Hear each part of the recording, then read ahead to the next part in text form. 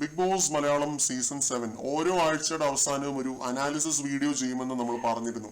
മത്സരം 6th വീക്കിലേക്ക് കടക്കുമ്പോൾ ഏറ്റവും സ്ട്രോങ് ആയിട്ട് നിന്ന് കളിക്കുന്ന കണ്ടസ്റ്റൻസും സേഫ് ഗെയിമേഴ്സും ഗെയിം ഇതുവരെ എക്സ്പോസ് ആവാത്തവരും ഒക്കെ ഉള്ള ഒരു മിക്സ്ഡ് ബാഗ് തന്നെയാണ് ഈ ഒരു സീസൺ. നമുക്ക് ഈ ഒരു വീഡിയോയിൽ കൃത്യമായിട്ട് ഓരോരുത്തരെ പറ്റിയും ആ ഒരു 21 പേരെ പറ്റിയും നമ്മൾ പറയുന്നതായിരിക്കും. ഓരോരുത്തരുടെ ഗെയിമിനെ പറ്റിയും ഗെയിമിന്റെ പോരായ്മകളും എല്ലാം നമ്മൾ പറയും. അതുകൊണ്ട് വീഡിയോ അവസാനം വരെ കാണുക. വീഡിയോയിലേക്ക് പോകുന്നതിന് മുമ്പ് ചാനൽ ലൈക്ക് ചെയ്യാനും സബ്സ്ക്രൈബ് ചെയ്യാനും മറക്കരുത്. വീഡിയോയിലേക്ക് പോവാം. ഓരോരുത്തരെ പറ്റിയും ഡീറ്റെയിൽ ആയിട്ട് ഈ ഒരു വീഡിയോയിൽ പറയുന്നുണ്ട്. കാറ്റഗറി വൈസ് ആയിരിക്കും പറയുന്നത്. വീക്കായിട്ട് എനിക്ക് തോന്നുന്ന മൊത്തം 7 പേരാണ്. ഗെയിം മെച്ചപ്പെടുത്തിയാൽ മുന്നോട്ട് പോകാൻ സാധിക്കുന്നവര് 4 പേരാണ്. പിന്നെ ഒരു ടോപ്പ് 10 പ്രഡിക്ഷൻ നമ്മൾ ഈ ഒരു വീഡിയോയിൽ പറയുന്നുണ്ട്. എല്ലാവരെ പറ്റിയും പറയുന്നുണ്ട്. ആദ്യം നമുക്ക് വീക്ക് കണ്ടസ്റ്റൻസിനെ പറ്റി തന്നെ പറഞ്ഞു തുടങ്ങാം അല്ലേ. ഒരു രീതിയിലും ഷോയിലേക്ക് കോൺട്രിബ്യൂഷൻസ് കൊടുക്കാത്ത 5 ആഴ്ച കഴിയാറായിട്ടും നിർഗുണരായിട്ട് കണ്ടിന്യൂ ചെയ്യുന്ന ക്യാമറയിൽ പെടാത്തവരുടെ ഒരു കാറ്റഗറിയാണ് ഇത്. അതിൽ ഫസ്റ്റ് തന്നെ രേണുസുതി എന്ന് ഒരു പേര് ഞാൻ പറയും. അതായത് 21ാം സ്ഥാനമാണ് രേണുസുതിക്ക് ഞാൻ കൊടുക്കുന്നത്. മത്സരത്തിൽ തുടരാൻ ആഗ്രഹമില്ല എന്ന് ഫസ്റ്റ് വീക്ക് തൊട്ട് തുടങ്ങി തുടർച്ചയായി 4-5 തവണ പറഞ്ഞിട്ടുള്ള ഒരാളാണ്. ഇന്നലെയും പിന്നെ അതിന് പിറ്റേ ദിവസങ്ങളിലും കുറെ തവണ രേണു ഇത് പറഞ്ഞതായിട്ട് കണ്ടിരുന്നു. അത് തന്നെ ഒരു കോണ്ടന്റ് ആയിട്ട് എടുത്ത് പുറത്തേക്ക് വിടുന്നത് പോലെയൊക്കെ എനിക്ക് തോന്നിയിട്ടുണ്ട്.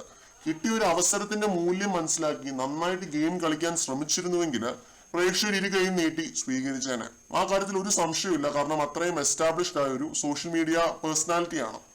പക്ഷെ ആ രീതിയിൽ ഒരു ഗെയിം കളിച്ച് പൊലിപ്പിക്കാൻ രേണുവിനെ കൊണ്ട് ആയില്ല. ലക്ഷക്കണക്കിന് ആളുകൾ സ്വപ്നം കാണുന്ന ഒരു പ്ലാറ്റ്ഫോമിൽ വെറുതെ പോയി ദിവാസ്വപ്നം കണ്ടുകൊണ്ട് നടക്കുവാണ്. പ്രത്യേകിച്ച് ഒരു കാര്യവുമില്ല.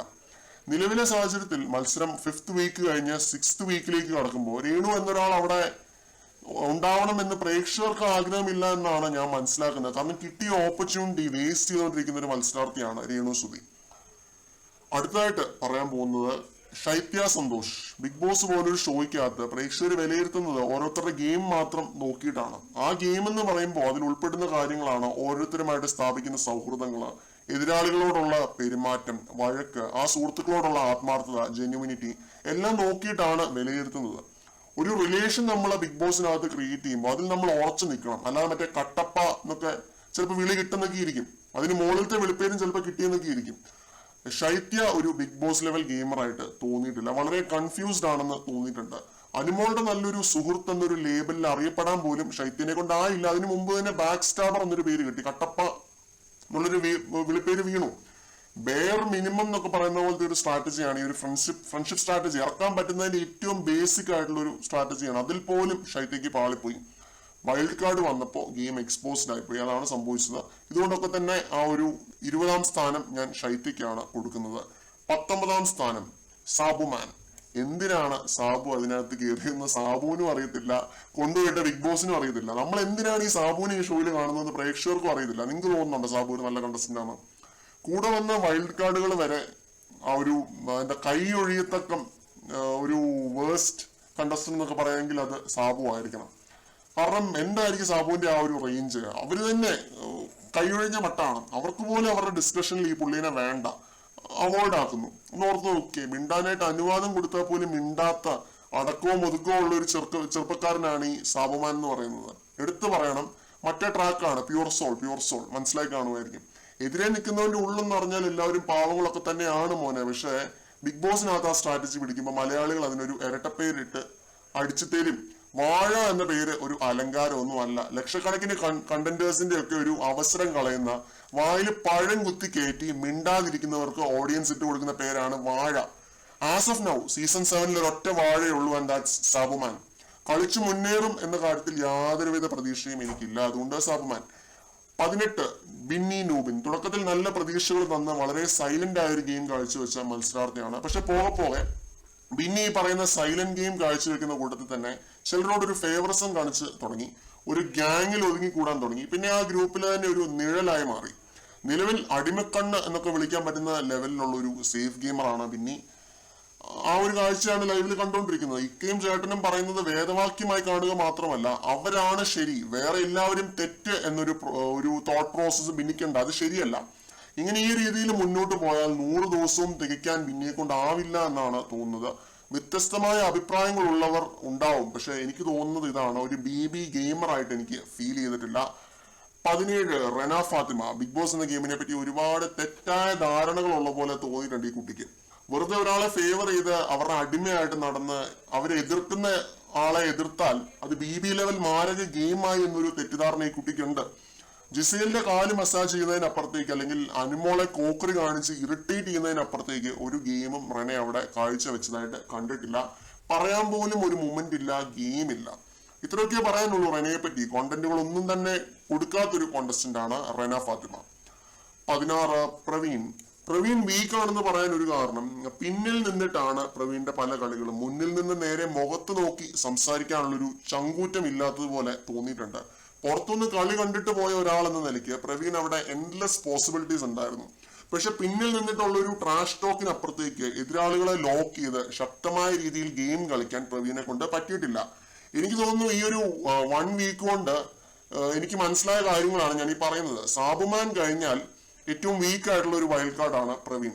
പക്ഷെ അങ്ങനെ അങ്ങ് തള്ളിക്കളയാനായിട്ട് പറ്റില്ല. കാരണം ചിലപ്പോ പുള്ളിയുടെ ഗെയിം തുടങ്ങുന്നതേ കാണുള്ളൂ, ഒരാഴ്ചയിലേ ആയിട്ടുള്ളൂ. നമുക്ക് നോക്കാം, ഈ ധൈര്യമൊക്കെ ആവാഹിച്ച് ഇമേജ് നോക്കാതെ പ്രവീണ് കളിക്കാൻ പറ്റുമോ എന്നുള്ളത് കണ്ടു തന്നെ അറിയണം. 15 അപ്പാനി ശരത്. ബിഗ് ബോസിനകത്ത് നെഗറ്റീവ് ഗെയിം കളിക്കുന്നതും ഒരു മര്യാദയൊക്കെ ഉണ്ടെന്ന് വിശ്വസിക്കുന്ന ഒരാളാണ് ഞാൻ. ഒരു മീറ്ററൊക്കെ വെച്ചിട്ട് വേണം നെഗറ്റീവ് കളികൾ കളിക്കാനായിട്ട്. അല്ലാതെ വെറുതെ അതിരിവിട്ട് പെരുമാറിയാൽ പ്രേക്ഷകര് മണ്ടന്മാരാണ്, അവര് സപ്പോർട്ട് ചെയ്തോളും എന്നൊരു വ്യാമോഹം ആർക്കും ഉണ്ടാവാനായിട്ട് പാടില്ല. അതിപ്പോ 30 അല്ല 100 സിനിമകൾ ചെയ്ത ഒരാളാണ് എന്ന് പറഞ്ഞാലും ബിഗ് ബോസിലെ ഗെയിം വെച്ചിട്ട് മാത്രമേ പ്രേക്ഷകര് വിലയിരുത്തത്തുള്ളൂ.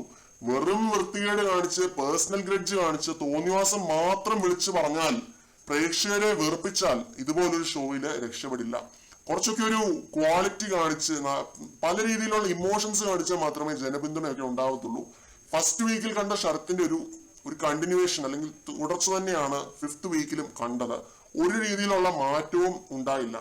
ശരത്തിനെ എന്തോ പ്രേക്ഷകർ ഇഷ്ടപ്പെടുന്നില്ല എന്നുള്ളതാണ്. അതിന് പല റീസൺസും ഉണ്ടാവും. പക്ഷെ മെയിൻ ആയിട്ടും എനിക്ക് തോന്നുന്നത് ഈ ഒരു നെഗറ്റീവ് ഗെയിമാണ്. വളരെ വലിയ രീതിയിലുള്ള ഒരു നെഗറ്റിവിറ്റിയാണ് ശരത്തിന് ഈ കിട്ടിക്കൊണ്ടിരിക്കുന്നത്. അക്ബറുമായിട്ടുള്ള ഒരു ഫ്രണ്ട്ഷിപ്പ്, ഗ്രൂപ്പിസം എല്ലാം നെഗറ്റീവായിട്ടാണ് പുറത്തേക്ക് വന്നുകൊണ്ടിരിക്കുന്നത്. 14 Jishin Mohan. Wild card contestants ആയിട്ട് ഹൗസിനുള്ളിൽ പ്രവേശിച്ച 3 മെയിൽ കണ്ടസ്റ്റൻസില് അത്യാവശ്യം കുഴപ്പമില്ലാതെ ഗെയിം കളിച്ചത് ജിഷിൻ മാത്രമാണ്.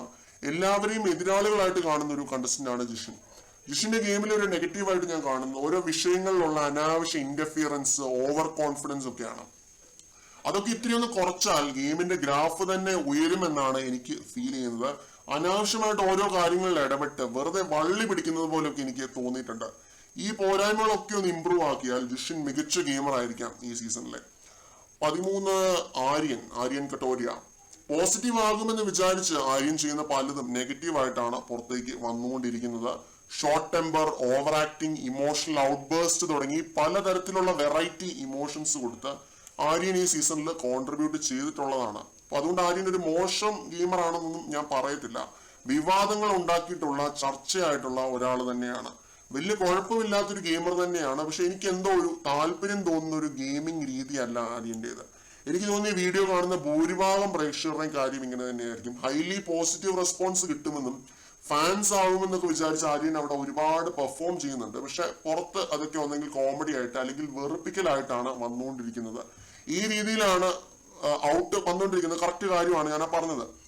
പരിധി വിട്ടൊക്കെ വിമർശിക്കാൻ തോന്നുന്ന, റോസ്റ്റ് ചെയ്യാൻ തോന്നുന്ന ലെവല് റേജ് ബെയ്റ്റ് കോണ്ടന്റുകൾ തരാൻ ആര്യൻ അവിടെ വേണം. പക്ഷെ ഒരിക്കലും ഒരു ടോപ്പ് 10, ടോപ്പ് 5 എന്നൊന്നും ഞാൻ പറയില്ല. 13 എന്നുള്ളതാണ് ആര്യന് കൊടുക്കാൻ പറ്റിയ കറക്റ്റ് പൊസിഷൻ എന്നാണ് എനിക്ക് തോന്നുന്നത്. 12 അഭിലാഷിന്റെ 12ാം സ്ഥാനത്ത് വെക്കാനായിട്ടുള്ള ഒരു റീസൺ മുഖം നോക്കാതെ അഭിപ്രായം പറയുന്നു എന്നുള്ളതാണ്. എല്ലാവരെയും ഒരേ രീതിക്ക് കണ്ട് ഗെയിം കളിക്കുന്നുണ്ട്. പക്ഷെ അങ്ങനെ കളിക്കുന്ന സമയത്തും ഇടയ്ക്ക് അഭിലാഷിന്റെ ഗ്രാഫ് ഭയങ്കരമായ രീതിയിൽ താഴോട്ട് പോകാറുണ്ട്. ആഞ്ഞൊന്ന് ശ്രമിച്ചാൽ അത് മുകളിലേക്ക് കൊണ്ടുപോകാനും അഭിലാഷിനെ കൊണ്ട് സാധിക്കും. വൈൽഡ് കാർഡുകൾ വന്നതിൽ പിന്നെ കൺഫ്യൂസ്ഡ് ആയിട്ട് നിൽക്കുന്ന പോലെയൊക്കെ തോന്നിയിട്ടുണ്ട്. ആ പോരായ്മകളൊക്കെ എടുത്തൊന്ന് തിരുത്തിയാൽ നന്നാവും എന്ന് തോന്നുന്നു. 11 ഒനീൽ സാബു. സത്യം പറഞ്ഞാൽ അഭിലാഷിനും ഒനീലിനും ഇവർ രണ്ടുപേർക്കും കൊടുക്കേണ്ടത് ഒരേ സ്ഥാനമാണെന്ന് തോന്നുന്നു. കാരണം രണ്ടുപേരുടെയും ഗ്രാഫ് ഏകദേശം ഒരേ ലെവലിലാണ്. പിന്നെ ഒനീലിന്റെ കാര്യത്തിൽ എനിക്ക് തോന്നുന്നത് വളരെ റിയൽ ആയിട്ട് എനിക്ക് തോന്നിയിട്ടുണ്ട്. ഞാൻ കമ്പയർ ചെയ്യുമൊന്നുമല്ല, പക്ഷെ ആര്യന്റെ ഗെയിമിലെ വലിയൊരു പോരായ്മയാണിത്. ഹ്യൂമാനിറ്റി, റിവേഴ്സ് സൈക്കോളജി എന്നൊന്നും ഒനീൽ എപ്പോഴും പറയാറൊന്നുമില്ല. പ്രവൃത്തിയിലൂടെ നമുക്ക് അതൊക്കെ തോന്നും. അതിൽ വലിയ ഫിൽറ്റേഴ്സോ കാര്യങ്ങളോ ഒന്നുമില്ല. പിന്നെ മറ്റേ പ്യുവർ സോൾ സ്ട്രാറ്റജി അങ്ങനെ കളിക്കുന്നൊന്നുമില്ല.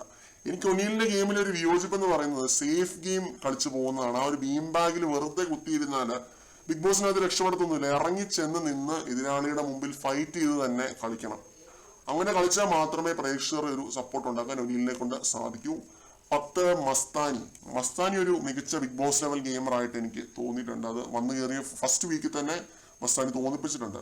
ലൈവ് കണ്ട് അതിന്റെ റെക്കോർഡിങ്സ് ലാപ്ടോപ്പിൽ സ്റ്റോർ ചെയ്ത് റീവാച്ച് ചെയ്തു എന്നൊക്കെ മസ്താനി ഇങ്ങനെ ലൈവിൽ പറയുന്നത് കേൾക്കുന്നുണ്ടായിരുന്നു. അതിൻ്റെതായ ഒരു പെർഫോമൻസ് മസ്താനി ഹൗസിനുള്ളിൽ കാഴ്ചവെക്കുന്നുണ്ട് എന്ന കാര്യത്തിൽ യാതൊരുവിധ സംശയവുമില്ല. ഒരാഴ്ച കൊണ്ട് അത്രയും നൈസായിട്ടാണ് മസ്താനി അവിടെ പലർക്കെതിരെയും ഗെയിം കളിച്ചത്. പച്ചയ്ക്ക് സത്യങ്ങൾ വിളിച്ചു പറയാൻ കാണിക്കുന്ന ഒരു ധൈര്യവും പിന്നെ ഇമേജ് കോൺഷ്യസ് അല്ലാത്ത പോലത്തെ ഒരു ഗെയിമിംഗ് രീതിയൊക്കെ എനിക്ക് വളരെയധികം ഇഷ്ടപ്പെട്ടിരുന്നു. ഇതൊക്കെയാണ് മസ്താനിയിൽ എനിക്ക് ഇഷ്ടപ്പെട്ട ക്വാളിറ്റീസ്, ഒരു ഗെയിമറിൽ ഇഷ്ടപ്പെട്ട ക്വാളിറ്റീസ്. ഇനി നമ്മൾ കുറെ കാണാനുണ്ട്, കണ്ടിട്ട് ബാക്കി പറയാം, അതാണ് നല്ലത്. 9 വേദലക്ഷ്മി. ഹൈലി ഷാർപ്പായിട്ടുള്ള വാക്കുകൾ അളന്നു മുറിച്ച് പറയുന്ന ഒരു വൈൽഡ് കാർഡ് കണ്ടസ്റ്റന്റ് ആണ് വേദലക്ഷ്മി. ഡ്രാമ കളിക്കാനും മറ്റേ കാക്കക്കൂട്ടിൽ കല്ലെറിഞ്ഞതുപോലുള്ള ബഹളം വെച്ച് കാണുന്നവരെ വെറുപ്പിക്കാനും താല്പര്യമില്ലാത്ത ഒരാളാണ് വേദലക്ഷ്മി. ഇന്ന് ഒരാൾക്കെതിരെ നൈസായ ഒരു വെറൈറ്റി ഗെയിം കളിച്ച് പ്രേക്ഷകരുടെ ഒരു ശ്രദ്ധ പിടിച്ചു പറ്റി. പലരുടെയും ടാർഗറ്റായി മാറിയെന്ന് പറഞ്ഞു കഴിഞ്ഞാൽ മികച്ച ഗെയിമറാണ് എന്ന കാര്യത്തിൽ യാതൊരുവിധ സംശയവുമില്ല. ലക്ഷ്മി ഹൗസ് ക്യാപ്റ്റൻ ആവുന്നത് കാണാൻ ഞാൻ കാത്തിരിക്കുകയാണ് കേട്ടോ. തമാശ പറയുന്നതല്ല. അവരുടെ ആ ഒരു നേച്ചറും ഓരോ കാര്യങ്ങളിലുള്ള ഒരു നിശ്ചയദാർഢ്യവും ഒക്കെ ഒരുപാട് കോണ്ടന്റുകൾക്ക് വരി ഒഴുക്കുമെന്നാണ് എനിക്ക് തോന്നുന്നത്. ഈ മസ്താനി ലക്ഷ്മിയൊക്കെ നല്ല ഗെയിമേഴ്സ് ആയിട്ടും 10ഉം 9ഉം സ്ഥാനങ്ങളായി ഞാൻ കൊടുക്കുന്നുള്ളൂ. കാരണം അവരിനി ഒരുപാട് പ്രൂവ് ചെയ്യാനുണ്ട്. അതുകൊണ്ടാണ്. 8 ആദില. കഴിഞ്ഞ ഒരാഴ്ചയായിട്ടാണ് ആദിലയുടെ ഗെയിം ഇത്തിരി ഒന്ന് ഡൗൺ ആയിട്ട് എനിക്ക് തോന്നിയത്. അതിന് മുമ്പുള്ള എല്ലാ ഗ്യാങ്ങിലും ഫ്രണ്ട്സ് ഗ്രൂപ്പിലും ആദിലയുടെ ഒരു പ്രസൻസ് ഉണ്ടായിരുന്നു. അഭിപ്രായങ്ങളും അതേപോലെ തന്നെ വൈൽഡ് കാർഡുകൾ വന്നതിൽ പിന്നെ ഒരു ആശയക്കുഴപ്പത്തിലിരിക്കുന്ന പോലെയൊക്കെ എനിക്ക് തോന്നി. ചെയ്ത കാര്യങ്ങളെ പ്രേക്ഷകർ എങ്ങനെയാവും കണ്ടിരിക്കുക എന്നോർത്തുള്ള ഒരു ടെൻഷൻ പോലെയൊക്കെ എനിക്ക് ഫീൽ ചെയ്തു. അത് അവിടെ പലർക്കും ഉണ്ടെങ്കിലും ആദിലയുടെ കേസിൽ ഒരുപക്ഷെ ഗെയിമിംഗ് ഗിയർ പാടെ ഷിഫ്റ്റ് ആവാനുള്ള സാധ്യതകൾ ഞാൻ കാണുന്നുണ്ട്. അതാണ് ആദിലെ പറ്റിയുള്ള എൻ്റെ വിലയിരുത്തല്. 7 നൂറ. ഇവര് രണ്ടായത് പിന്നെ നൂറയുടെ പ്രേക്ഷക പിന്തുണയും ഗെയിമും എല്ലാം വളരെ മികച്ച രീതിയിലാണ് മുന്നോട്ട് പോയിക്കൊണ്ടിരിക്കുന്നത്. സ്മാർട്ട് ആയിട്ടുള്ള ഒരു ഗെയിമാണ് നൂറ കളിക്കുന്നത്. അതിന് ഇന്നലത്തെ ആ ഒരു എപ്പിസോഡ് തന്നെ അതിന് വ്യക്തമായൊരു തെളിവാണ്. നൂറ എങ്ങനെയാണ് ആ ഒരു കാർഡും കാര്യങ്ങളൊക്കെ ഉപയോഗിച്ചതെന്നുള്ളത്. ആ ടാസ്ക് ജയിച്ചത് നൂറയാണ്. അപ്പൊ നൂറയ്ക്ക് അങ്ങനെ ഒരു ഡിസിഷൻ മേക്കിംഗ് എടുക്കാനുള്ളൊരു ചാൻസ് അവിടെ ഉണ്ടായിരുന്നു. അത് വളരെ മികച്ച രീതിയിലാണ് നൂറ ആ ഡിസിഷൻ എടുത്തത്. ഷൈത്യക്കും ആദിലയ്ക്കും സംഭവിച്ച പോലത്തെ അബദ്ധങ്ങളൊന്നും നൂറയ്ക്ക് ഇനിയും സംഭവിക്കാൻ സാധ്യതയില്ല. അത്രയും ഫ്ലോലെസ് ആയിട്ടുള്ള ഒരു ഗെയിം പ്ലാൻ നൂറയ്ക്ക് ഉള്ളതായിട്ട് തോന്നിയിട്ടുണ്ട്. അതാണ് അത് എന്താണ് ഏതാണെന്നൊക്കെ ഉള്ളത് വരും ദിവസങ്ങളിൽ നമ്മൾ കാണും. ഞാനിപ്പോ വെറുതെ ഇരുന്ന് എന്റെ പ്രഡിക്ഷൻ പറഞ്ഞിട്ട് കാര്യമില്ലല്ലോ. നൂറ ആ ഒരു എക്സ്പെക്ടേഷൻ അനുസരിച്ച് ഗെയിം കളിക്കുമെന്ന് നമുക്ക് പ്രതീക്ഷിക്കാം. 6 നെവിൻ. എന്റർടൈൻമെന്റിന് പ്രാധാന്യം കൊടുക്കുന്ന കണ്ടസ്റ്റൻസ് ഇല്ല എന്ന് തന്നെ പറയാവുന്ന ഒരു സീസണാണ് സീസൺ 7. ഓരോ നിമിഷവും ട്വിസ്റ്റ് ആൻഡ് ടേൺസ് ഉള്ള, ഓരോ മിനിറ്റും അടി ഉണ്ടാക്കാൻ കാത്തു നിൽക്കുന്നവരുള്ള ഒരു സീസണിൽ നെവിനിലൂടെ പുറത്തേക്ക് വന്നിട്ടുള്ള കോണ്ടന്റുകൾ അത്രയും എന്റർടൈനിങ് ആയിരുന്നു, റിലീഫ് ആയിരുന്നു. അതുമാത്രമല്ല നെവിൻ അവിടെ കാണിച്ചു കൂട്ടിയിട്ടുള്ള പല കാര്യങ്ങളും പുറത്തു വന്ന വൈറലാണ്, ട്രോളുകളാണ്. ഇന്നലെ തന്നെ ആ ഒരു അനുമോളുടെയും ജിസേലിന്റെയും ആ ഒരു മിമിക്രി കാണിച്ച് നെവിൻ എപ്പിസോഡിനകത്തൊരു സ്പേസ് ഉണ്ടാക്കിയെടുത്തിരുന്നു. ഉറുക്കി കൊള്ളുന്ന പോലെ പോയിന്റുകൾ പറഞ്ഞ് വാദിക്കാനും പിന്നെ വഴക്കുണ്ടാക്കാനും ഒന്നും നെവിൻ പിന്നിലൊന്നുമല്ല.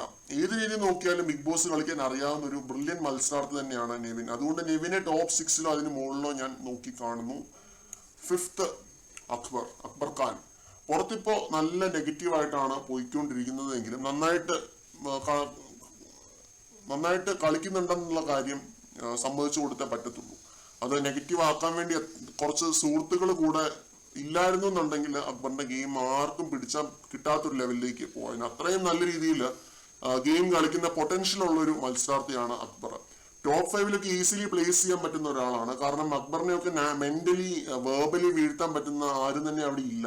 ഒരു രീതിയിൽ നോക്കിയാൽ ഗ്രൂപ്പ് തുടങ്ങിയത് തന്നെ അക്ബറിന്റെ കീഴിലുള്ള ഒരു സ്ട്രാറ്റജി ആയിട്ടാണ് ഞാൻ നോക്കി കാണുന്നത്. ഗ്രൂപ്പിലെ 4 അല്ലെങ്കിൽ 5 പേരെ ഓരോരുത്തരെയായിട്ട് ഓരോ ആഴ്ച പുറത്താക്കിയിട്ട് പിന്നീട് ടോപ്പ് 3യിലേക്ക് കയറാനായിട്ടായിരിക്കും അക്ബറിന്റെ ഒരു ഗെയിം എന്ന് പറയുന്നത്. പല സീസൺസിലും പലരും പയറ്റി നോക്കിയിട്ടുള്ളതാണ്. പക്ഷെ അക്ബറിന്റെ ഗെയിം പ്രേക്ഷകർ നെഗറ്റീവായിട്ടാണ് കാണുന്നത് എന്നുള്ളതേ ഉള്ളൂ. അപ്പോൾ അത് നല്ലൊരു സ്ട്രാറ്റജിയാണ്. അക്ബറിനെ സംബന്ധിച്ചിടത്തോളം അത് നല്ലൊരു സ്ട്രാറ്റജി തന്നെയാണ്. അപ്പോൾ ഇതായിരുന്നു അക്ബറിന്റെ കാര്യം. നല്ല രീതിയിൽ തന്നെ ഗെയിം കളിക്കുന്ന ഒരു കണ്ടസ്റ്റന്റ് ആണ് കേട്ടോ. അതുകൊണ്ട് ടോപ്പ് 5ൽ ഞാൻ പ്ലേസ് ചെയ്യുന്നു. 4ാം സ്ഥാനത്ത് ജിസേലിനെയാണ് ഞാൻ പ്ലേസ് ചെയ്യുന്നത്. അതേപോലെ തന്നെ 3ല് ഷാനവാസ്, 2nd അനുമോള്, 1st അനീഷ്. ഇതാണ് ആ ഒരു ഓർഡർ എന്ന് പറയുന്നത്. അവരെ പറ്റി പറയേണ്ട കാര്യമില്ലല്ലോ. സ്ട്രോങ് ആയിട്ട് ഗെയിം കളിക്കുന്ന കണ്ടസ്റ്റൻസ് ആണ്. അവർക്ക് അവിടെ ഒരു സ്പേസ് ഉണ്ടാക്കി എടുക്കാൻ സാധിച്ചിട്ടുണ്ട്. പ്രേക്ഷകൻ എന്ന് പറയുമ്പോൾ ആദ്യം ഓർക്കുന്ന പേരുകൾ ഇവര് 3 പേരുടെയാണ്. അപ്പൊ അതുകൊണ്ട് അവര് 3 അല്ലെങ്കിൽ 4 പേരെ ആണ് ഞാൻ ഏറ്റവും ആദ്യം പ്ലേസ് ചെയ്യുന്നത് ഈ ഒരു വീഡിയോയ്ക്കകത്ത്. അവരെ പറ്റി കൂടുതലൊന്നും ഞാൻ പറയുന്നില്ല, വേറെ വീഡിയോസ് നമ്മൾ ചെയ്തിട്ടുണ്ട് അവരെ പറ്റി, അതിൽ നിന്നും ഒരു മാറ്റവും ഇല്ല താനും. അപ്പോൾ ഇതൊക്കെയായിരുന്നു. ഇതാണ് നമ്മുടെ ഈ ഒരു സീസണിന്റെ ഒരു ഇവാലുവേഷൻ വീഡിയോ, അനാലിസിസ് വീഡിയോ. നിങ്ങൾക്ക് വീഡിയോ ഇഷ്ടമായെന്നുണ്ടെങ്കിൽ ഷെയർ ചെയ്യാനും ലൈക്ക് ചെയ്യാനും ചാനൽ സബ്സ്ക്രൈബ് ചെയ്യാനും മറക്കരുത്. കൂടുതൽ അപ്ഡേറ്റുകളുമായിട്ട് നമുക്ക് വീണ്ടും